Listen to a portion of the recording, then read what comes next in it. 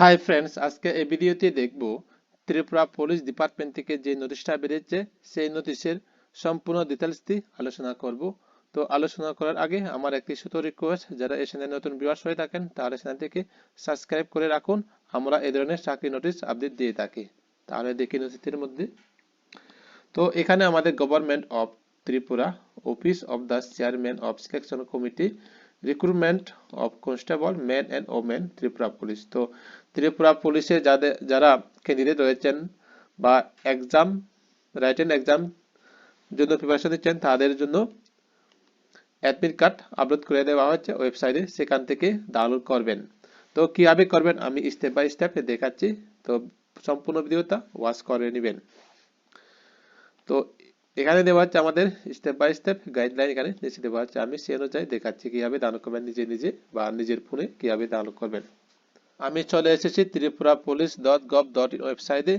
এখানে আসার পরে এখানে দেখতে পাচ্ছেন লেটেস্ট নিউজ, এখানে নিচে দেখবেন notice and SOP for downloading admit card, এখানে ক্লিক করে নেবেন। এখানে ক্লিক করার পরে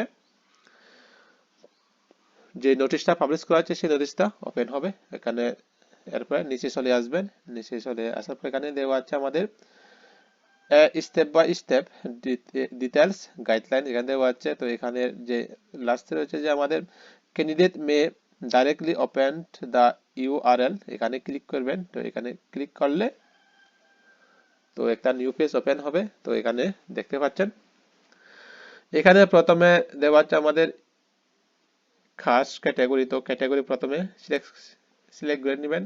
তো যারা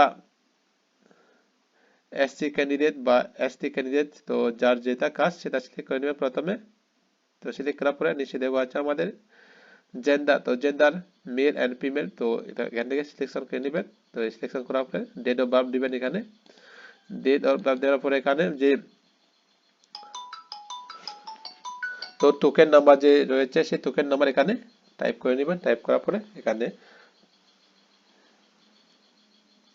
প্রিন্ট অ্যাডমিট কার্ড এখানে ক্লিক করে তো সেখান থেকে ডাউনলোড করতে পারবেন নিজে বা নিজের মোবাইল থেকে নিজে ডাউনলোড করে নিতে পারবেন। তো ভিডিওটা এই পর্যন্ত। যদি ভালো লাগে ভিডিওটা বন্ধুদের সাথে শেয়ার করে নেবেন।